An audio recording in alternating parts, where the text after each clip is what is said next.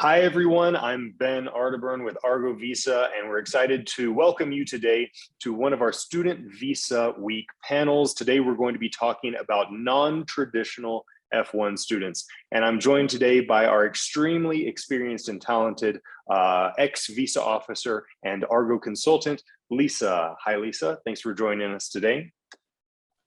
Okay, and so for giving me the opportunity.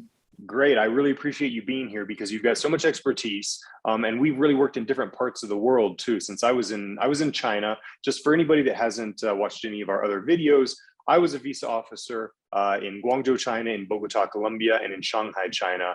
I did over 60,000 visa interviews of every single type imaginable, including non-immigrant visas, which includes your business and tourism visas, your student visas, J visas, temporary work visas like H-1Bs and Ls. I also did immigrant visas, meaning a spouse visa, fiance visas, investment visas. Did all of these all over the world. And Lisa, can you tell us a little bit about your experience? Yeah, sure. I was with the State Department for over 10 years, and I was a consular coned officer, which means that consular services was the area of expertise that I chose to work in. I served in Sri Lanka, Indonesia, Iraq, and France. I also worked in Washington, D.C. On visa issues there. All right, great. So we've got a whole big swath of the world covered in terms of our geographic experience and definitely in terms of our visa experience. And you bring that experience from working in consular affairs in Washington as well, which is super valuable. That most the visa officers that are working abroad don't know what actually is happening back on the Washington side of things. All right, so today we want to talk about, yeah, exactly. So today our topic, I think it's going to be a very important topic for a lot of our listeners, a lot of our viewers.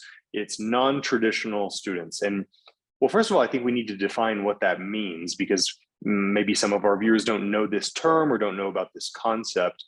Lisa, to you, what is a non-traditional F1 student visa applicant? Well, I think the most common non-traditional F1 student applicant is the older applicant. Maybe they've already had an undergraduate degree and they're looking to pursue a master's degree or a PhD, but perhaps there's been a gap between the undergrad work that they've done and the degree that they're pursuing now. Maybe they don't have a degree and they're pursuing it later in life. That can happen as well.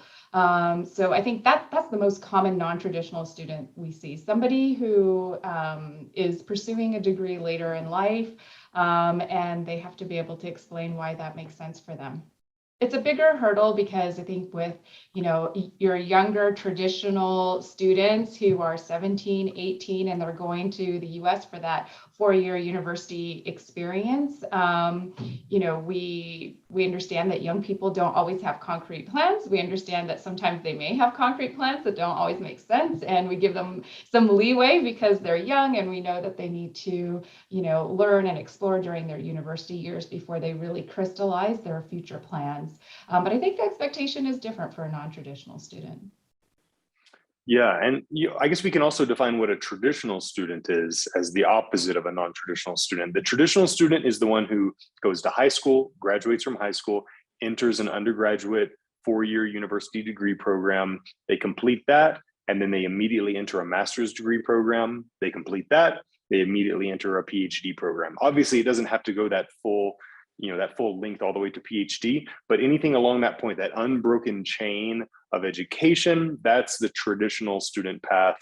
Even though I would say probably the trend is more towards people that are getting educated, not taking that extremely direct path. There are gaps, in the US, there are people that take gap years between high school and college. Even more common is a gap between completing a bachelor's degree and then going into a master's degree, getting some work experience. Then between a master's and a PhD, maybe even more common. But it's those gaps in that career, that academic career path that make it non-traditional. And it's those gaps that really are the key to making your story understandable to the visa officer, to making a cohesive narrative that they can understand and they can get their head around, right? Because if they just see, you know, this resume of all education, it's very simple. Okay, education, education, education, got it. This is a student, right? But if it's education, education, all of a sudden, work, work, work, and now back to education, the question arises, why is someone going back to school, right? And so what is it that a visa officer, what did you want to see when you saw somebody coming in and maybe they've had, you know, let's say a 5 or 10 year gap since their last education experience, and now they're going back to get another degree? What are some good reasons and good stories and good career plans that you've encountered that are good at convincing a visa officer that this is a real legitimate bona fide student? Well, I mean, I would just also add to the non-traditional category, Ben, quickly. People who are doing a complete career change as well is another example of a non-traditional student. And also too, people who already have that 4-year degree, but are going back to the United States for a second 4-year degree. Maybe they've had their 4-year degree from their home country, and for some reason they want that second degree in the US. And I think the answer for all of these cases is the same, which is, you know, your story has to make sense. And it's okay if your reasons for going back to school are non-traditional, but you have to be able to explain why that makes sense. And I think the older you are and the more ties that you have to your home country, the more challenging that can be. So for example, if you have been working in your career for 10 years and you have children and a spouse and you're, you know, looking to leave them or uproot them to go back to go to the United States for, you know, either a more advanced degree or another degree, and your reasons for that have to be quite compelling and quite specific in order to convince the consular officer that makes sense. Because otherwise the question in the consular officer's mind is always, why not do this in your home country? Why aren't you studying in your home country if in fact you really do need this degree? So I think it's important to really think through the narrative and the plans and the specific reasons why this plan makes sense executed outside of your home country in the US, and how it's really going to benefit you and your family financially. I think young people have the luxury of you know, having big dreams and maybe not having a financial plan yet. But I think if you want to convince a consular officer that it makes sense for you to spend a good chunk of money to study in the United States later in life, then it needs to make sense financially as well. I think that's a really good point, how you brought up how the program needs to make sense for you. And almost all the time, that's going to mean financially, right? Because that's a very material way that this can benefit you, right? And it makes sense, right? There's, you know, across all cultures, it's like if you can earn more money because you have this degree or this certification, this qualification from a prestigious university, right? That's going to make sense everywhere. Students that are asked, many times, this is getting into the nitty gritty, but a lot of times students are asked, why did you choose this program? Or why did you choose this university?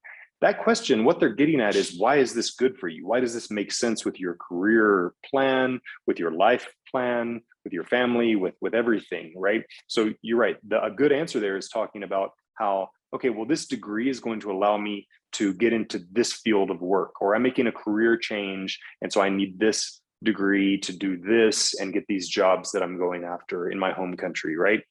A lot of times, though, the answers that you get from F1 applicants, when you ask that, they give answers that are not about themselves and their own plans. They give answers that are about the US or about the university. They'll say, oh, the US has the best university system in the world, and this university has a good faculty student ratio, and they have 130-acre campus, and they have, you know, state-of-the-art laboratories. These are the kinds of answers that, well, you can just read that on a university's website. It doesn't show why this is a good program for you. It tells me why it's a good program, but not why it's a good program for you. Yeah, I mean, I think it's really important for applicants to be able to demonstrate that they know about the university that they're going to and why they chose that university. But ultimately, you're not trying to persuade that consular officer that they should go to this university, that it's a great university. You want the consular officer to know who you are and your reasons for choosing that university. And if student ratio, for example, is important to you, then you should be able to explain, like, I really need a program where, you know, there's a good student to teacher ratio because my English isn't perfect and I need that extra attention, or whatever it may be, but that reason needs to be personal. Like, it can't be, as you say, Ben, something that anybody can just read off the internet and memorize. Right. Well, if you ask a lot of American students, if you ask the visa officers candidly, like, okay, well, where did you go to college? Why did you choose to go there? They're not going to say that it was because of the faculty student ratio or because of the size of the campus, right? Or because of, you know, the square footage of the student dormitories, right? They're going to say, well, actually, it's because my older brother or sister went to this university, or actually my mother's an alumni from there, or in my town, we love this university sports teams, or it's because I was able to get a scholarship to this university and it was the best school that I could get into with a scholarship and I could pay for it, or it's because it was in state and then there was in-state scholarships for it, right? There's going to be practical reasons, personal reasons specific to them, rather than just, oh, this university has X, Y, and Z, you know, to merits, right? It's going to be, no, this is what I need, and this is why it fits my purposes, right? So this comes back to what you were talking about, where there's the gaps in your academic career that can make you be considered a non-traditional student. But there's also kind of, your choice of what type of degree you're pursuing. So maybe you already have a bachelor's degree from your home country and you're going to go for another bachelor's degree in the US. Or maybe even you have a bachelor's degree from your country and you're going to go for an associate's degree in the US, or maybe a master's and then you're going for a second master's. Even more rare is you have a master's and you're going to go for a bachelor's in the US. We see a lot of students like this that do get refused. And then after working with us, we are able to help them get their visa issued, because what happens is, I know, for everyone watching, I know that what you read and hear out there from almost every source are people telling you that you should give short answers in your visa interview. We are the actual ex-visa officers, Lisa and I, along with the other 20 plus ex-visa officer consultants that we work with at Argo. And we can also include in that our experience with hundreds of visa officers during our time inside the State Department. And I can tell you 100% without a doubt that every one of us ex-visa officers will tell you that short answers are the worst thing that you can do. Some students may get their visas issued by giving short answers like, I'm studying University of Michigan, accounting, these types of answers. Maybe they'll get issued, but that's leaving it up to chance, because you're just letting the visa officer imagine what they might believe your situation to be.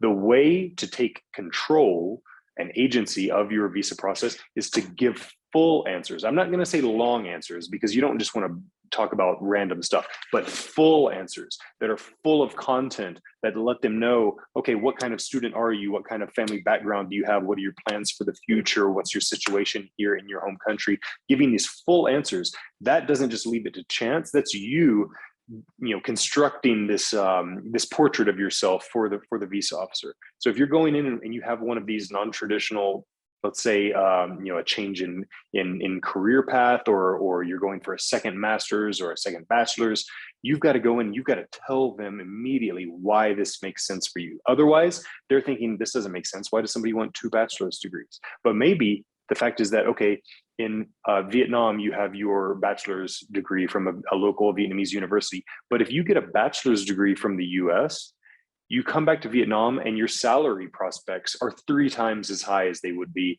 than getting than just having a local university degree, right? And why that 4-year degree though? Maybe it's because you feel that your English isn't good enough for entering a master's degree immediately in the US. Maybe you want to change fields. Maybe you studied, there's a very strict academic system in your country, and once you started on a path, you couldn't change it, and you studied finance in your country, but you really wanted to do engineering Okay. And so you're going back for a different degree. Whatever these reasons are, everyone's reasons are going to be different. You have to tell your story. Yeah, I think so many people are afraid to tell their story because they're afraid they're going to say something wrong. They think there's a right answer and a wrong answer. And if they just stick to the right answers and don't risk, saying anything wrong, that they'll get their visa. Mhm. When really it's quite the opposite. If you know that there's something about your story that's non-traditional or that an officer might have questions about, that's probably where you should start, because the officer isn't going to say, you know what, your story doesn't make sense, or it doesn't make sense to me that you're taking, your children to the US to study. It doesn't make sense to me that you're getting a second bachelor's degree. They're not going to ask that question. They're going to think it, and they're going to refuse you because of it, which is why you need to be the one to bring it up and say, listen, I know in the US, most people don't get 2 bachelor's degrees, but here it really makes financial sense. And these are the reasons why. It's a 4-year investment of X amount of dollars, but then my salary is going to go up, Y amount. So I'll be able to pay it off, in a short amount of time. So if you lead with that, if you lead with the questions that you could anticipate, and I think we can help you know what questions to anticipate, you're going to be getting off on the right foot. And so you've established yourself as somebody who has credibility because you've started with the hard questions, and you've answered the questions. And I think most consular officers have a really open mind when it comes to, different paths in life that people might take. Maybe you're doing a complete U-turn and changing your career. Maybe you're trying to, jumpstart your career that's been stagnant for a few years. Like, we get that. I think, Americans can be quite creative in our life paths. And so I think we are open to non-traditional students and the reasons for wanting to go back to school. We just need to hear up front what your personal reasons for that are, so that we can be convinced that it's real. Yeah, that's very true. The way that you should give answers is always dispelling the doubts and the concerns that the visa officer has, right? You should never give an answer that leaves them with more questions, right? If you know that your plan is not typical, it's non-traditional, your answers need to be dispelling all these questions and these doubts that the visa officer is going to have, right? Never give an answer that's just going to lead to more questions. Give an answer that answers all these questions that they might have, right? When the visa officer says, wait, so why are you getting a bachelor's degree again? Right? If that's the case, or okay, let's say you've got a 5-year gap. So why are you going back to school? Why are you going back to school now after you've been working for 5 years? A bad answer would be to get a master's degree in accounting. Okay, they already know this. They have your I-20, they have your DS-160. They know this is what you're doing. You gave them no information. You just kind of frustrated them because you didn't actually answer their real question, which is, why does this make sense for you to go and do this now at this point in your career? You're already making money, right? You've been working for 5 years. Maybe you're getting established as a family. Why does it make sense, right? How's this going to affect your career path, your family? What are they doing? Also, I know that a lot of people who go back and get an advanced degree, who are doing well in their careers, a lot of times the purpose is to have their kids be able to live in the US for a few years while they're young, and they're going to learn English very well. That is a perfectly okay reason. As long as you really are intending to be a student, you're going to get that degree. If that is another reason why you want to do it in America instead of your home country, that's a perfectly valid reason, because that's not the sole intent is not to just go put your kids in school. You're going to get your degree, and then that's a secondary benefit. My kids are going to be in America. They're 6, 8, and 11 years old, and they're really going to be able to learn English very well while I'm there. And so that's why I want to give them the opportunity to do this while I go and I get an MBA, right? Yes, but remembering that you have good reason to come back to your home country with your children Right. after you have your MBA. So, I think that's the other thing with non-traditional students is not only do they have to have a specific plan that makes financial sense, that plan needs to take place outside of the United States, most preferably in your home country, because even though there isn't quite as much emphasis on it, the truth of the matter is it is still a requirement to qualify for a student visa that your stay in the United States is just for the duration, basically, of your student visa, and then you're going to come back to your home country. And so the officer does have to have reason to believe that you wouldn't be going to the United States to stay there. And that's why you have to take kind of, every question that's asked of you by the officer as an opportunity. Don't think of it as being cross-examined like by a police officer or by an attorney. You have to think of every question as an opportunity for you to sell yourself and your story and your reasons for wanting to go to the United States. That's a very good point. Many people who are refused their visas, one of their biggest complaints afterwards is that, well, they didn't even ask me any questions. They asked me 3 questions. I never even got to tell my story. I never had the opportunity. And I told them, well, they're never going to say, a visa officer is never going to say, okay, right now is your opportunity to convince me. Tell me what you want to tell me. They're never going to say that. They're going to ask, what's your purpose of travel to the US? What are you going to study? Who's paying for this? Maybe those 3 questions are all you get. And if you give abrupt answers like, I'm studying business, my uncle is paying for it, Sonoma Valley Community College. Okay, maybe you didn't give them very much information. All that information was already in your application forms. They're trying to move quickly. They think, okay, this person's not very forthcoming. I just need to make a decision about it. They make the decision and they move on, right? But those questions that they ask, that is your opportunity. When they say, so what's your purpose of travel to the US? That's your opportunity. They're never going to tell you this is the opportunity, but that's it. As soon as they say, answer a question that I've asked you, that's your opportunity to give your answer. Now, maybe you have to what we call pivot, and I was in a public diplomacy job in the State Department as well. And we talk about pivoting when you're speaking publicly and you're asked a question about X, but you actually want to talk about Y, you pivot. You say, well, X is, yes, very important, but also I want to talk about this topic, right? So they may ask you, okay, so because you can only put one sponsor on your DS-160, maybe you put your uncle, right? And so they say, okay, so what's your uncle do? Okay, but what they're asking there about your sponsor is, tell me about how you're paying for this, your finances. So don't just say, my uncle's a businessman. No, what they want to know is, how is your entire financial situation going to make me feel confident about issuing your visa? So when they say, so tell what your uncle, who's your sponsor, what does he do? Your answer should be, well, my uncle's a businessman, but it's actually, my entire family is going to be paying for this. My uncle is the most successful member, and so he's kind of like he's helped many of my cousins get to college too. But my father has a job with the government. It's a very stable job, and my mother's an economist at the university. And my sister studied abroad in the UK, and now she's back in our home country and she's working for this technology company. You want to talk about everything that is supporting your application. Oh wow, a family of professionals that have very stable employment, a sibling that went abroad and studied and then came back to the country, right? You're taking that opportunity to underscore all of your highlights in your resume. Now, what are your highlights? They're going to be unique to you, right? There's no secret sauce where you go in and you say this and they give you the visa. Your highlights are unique to you. I hope that you're able to identify them. That's pretty much the main thing that we do in our consultations with students, is figure out what are the highlights that actually support your application and what might be the hurdles that you need to overcome and kind of convince the visa officer about. And we help you, craft a way that you're going to bring those to the forefront of your interview and let the visa officer know, hey, this is why I'm a good issuance. Yeah, we try to help you put your best foot forward. I mean, I think so many visa applicants, when they're, in front of the visa officer, feel like it's a cross-examination, but really they probably should be thinking of it more like a date.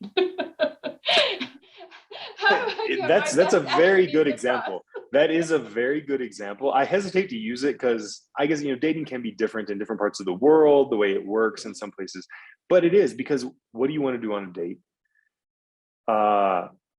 Or even in a job, the job interview in the US is different than a job interview in other countries. But yeah, a date, you're trying to make a connection. You want them to trust you, and you honestly, you want them to be impressed. You want them to think that, oh wow, okay, yeah. You want them to come away knowing the best things about you, right?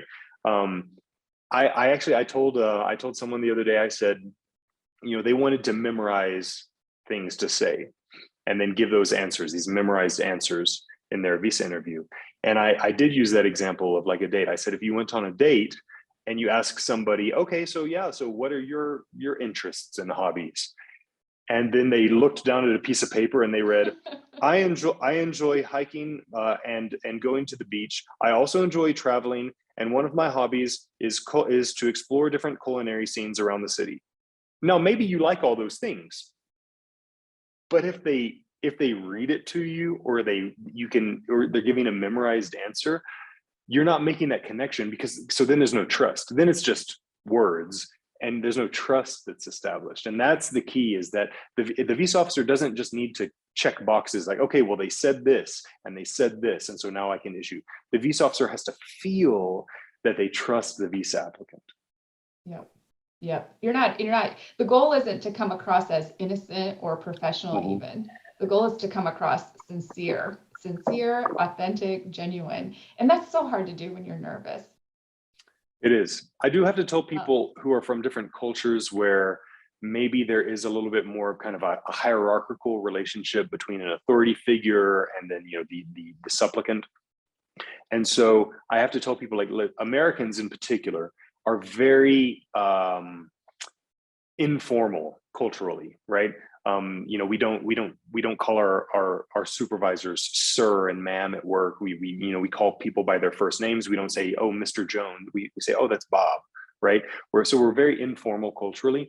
And so you kind of have to think about this in terms of the American cultural environment, and you have to go in, and if the American visa officer, because all the visa officers are American, sees you eye to eye as an equal, because they all went to university and you're going to university, right? We're all on the same page here.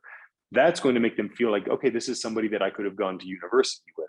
Most visa officers are probably going to be somewhere between their mid-20s and mid-30s, and so they're not too far removed from that experience. What is not going to feel natural or confidence inspiring is when someone is more like in this position, like a supplicant, like, oh, please, Mr. Visa Officer, would you please, give me a chance and issue my visa. That's the situation where it doesn't feel like the visa applicant is actually a peer, but it's rather like, okay, well, maybe this person doesn't have the means or the experience or the credentials to go to university. Yeah.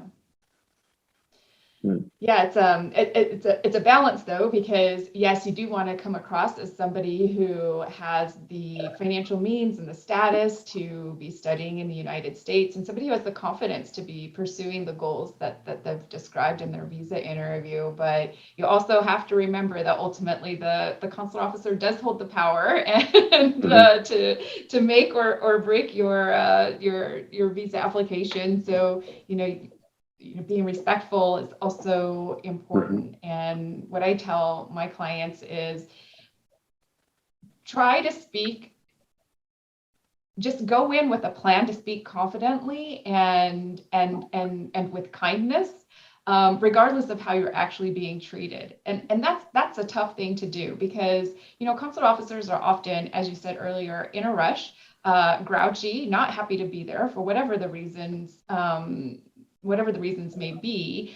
And it's hard not to react to that and to be intimidated by that and to feel like, oh, they don't want to hear more from me, so I'm just going to say as little as possible. Or this officer's in a really bad mood and they're treating me rudely. How do I act like, a peer when somebody is being so rude to me? And it's a hard thing to do, but it's something that, I practice with my clients is I want you to be you. I want you to tell your story with enthusiasm and confidence, no matter how I'm asking the question. And so I think that's another way that an Argo consultation can be so beneficial, because you can go in with the best of intentions to be confident and to speak with a smile, but then when somebody can be so condescending and make you feel so small in 2 minutes, that can be quite intimidating and can throw you off your game if you're not prepared for it. That's very true. You have to stick to your game plan regardless of the attitude that you're getting from the visa officer. And I do apologize on behalf of all of my former colleagues who are still working as visa officers, who may be grumpy and impolite. It's just, that's how it is. That's how they are. I don't see that changing very soon. It's not, there's no real emphasis on providing that type of customer service. they know they should, but they don't always follow through on it. But that doesn't mean you can have to change the way you're interacting. If the visa officer is just looking at their computer screen and say, okay, why are you going to America? Where are you going to study? Okay, they're not trying to make you feel good, but they are doing their job earnestly. They're trying to make a correct decision, right? These are people that have all excelled very well academically. They want to do their job correctly, right? And so they're usually, you know, if they've been there for at least a few months, they're very practiced at getting a lot of information in a very short amount of time from your resume, your DS-160, your application, right? And then they're just trying to fill in the gaps and put you into one of these archetypal boxes where they know what they do with people in these situations. Oh, okay, this is the kind of applicant that I issue. Oh, but this is the kind of applicant that I don't issue. So you want to get yourself into one of those boxes where you're an issuance as soon as possible. So if we're going to close it off and we're going to say, okay, these are the top tips for a non-traditional student, my top tip is going to be that you have to start to tell your story as soon as you can, because for someone who's a traditional student, they can just say, why are you going to study at this university? Oh, well, it's the best university I could get into. Okay, that's actually a pretty good reason for a traditional student, right? But if you're non-traditional, there's going to be something different about the story. You need to really bring it to life so that the visa officer understands it. Do you have another top tip for a non-traditional student, Lisa? Well, I think one of my top tips for all students would be, if you have a scholarship, be sure to mention that at the top. A lot of clients, for some reason, don't tell me until like point number 10 that they have a scholarship to the university. And we understand that it is very expensive to study in the United States. And so, you know, if you got a scholarship to study, then, I mean, for us, that answers a lot of questions about why it makes sense.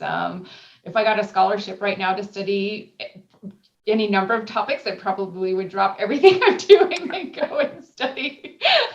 So we get that. But the other things are, you know, to be specific about why this educational plan makes sense for you career-wise, and to be clear about that, and to have a plan for when you come back, and be able to explain that and be ready to explain it at the first given opportunity.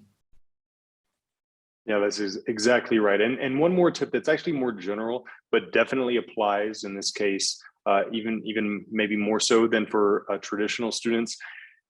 I have to emphasize to a lot of my clients that the sponsor is not such a black and white thing that many people think it is. They think, oh, I just need the right sponsor on my DS-160 and on my I-20, and then I can get it. And if I get refused, it's because I had the wrong sponsor. I need to change my sponsor.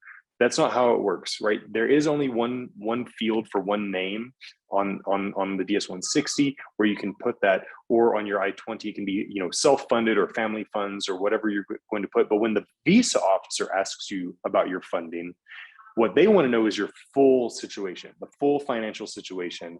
Why are you in a place where it makes sense for you to be able to pay for this and also then come back to your country, right? So it's not just this, you know, there's no database of names of sponsors who are cleared to sponsor students or anything like that. It's more open-ended than that. So you have to just explain that financial situation. Yeah, and I think all right. more, you know, sorry, I was just going to add that, you know, I think the more financial sense the education plan makes, the less emphasis there is on the sponsor. So if you're worried about your sponsor, then spend more time explaining about how it's a good investment, because then it's easier for the consular officer to believe that your family's going to pull together and do what it takes to pay for that tuition. That is a good point. Well, thank you everybody for tuning in. I hope that you were able to learn something about non-traditional F1 student visa applications. It's student visa week, and so we're putting out a lot of content this week. We have other videos. If this one isn't specific to your situation, we're having other videos that are more general about prior refusals, about community and technical colleges, about master's programs. Check out all the content that we're putting out on YouTube, on Facebook, on TikTok, on Instagram. We're putting out a lot this week, including some in Spanish, if that is your situation. So thanks everybody for tuning in. And as student visa season gets kicked off right now for the fall semester 2022, best of luck to everybody. You can find more information at www.argovisa.com. We also have the bot, which is an automated AI tool created by visa officers, ex-visa officers themselves, to help you analyze your chances of getting your F1 visa issued. You can find that at bot.argovisa.com. Thanks, everybody.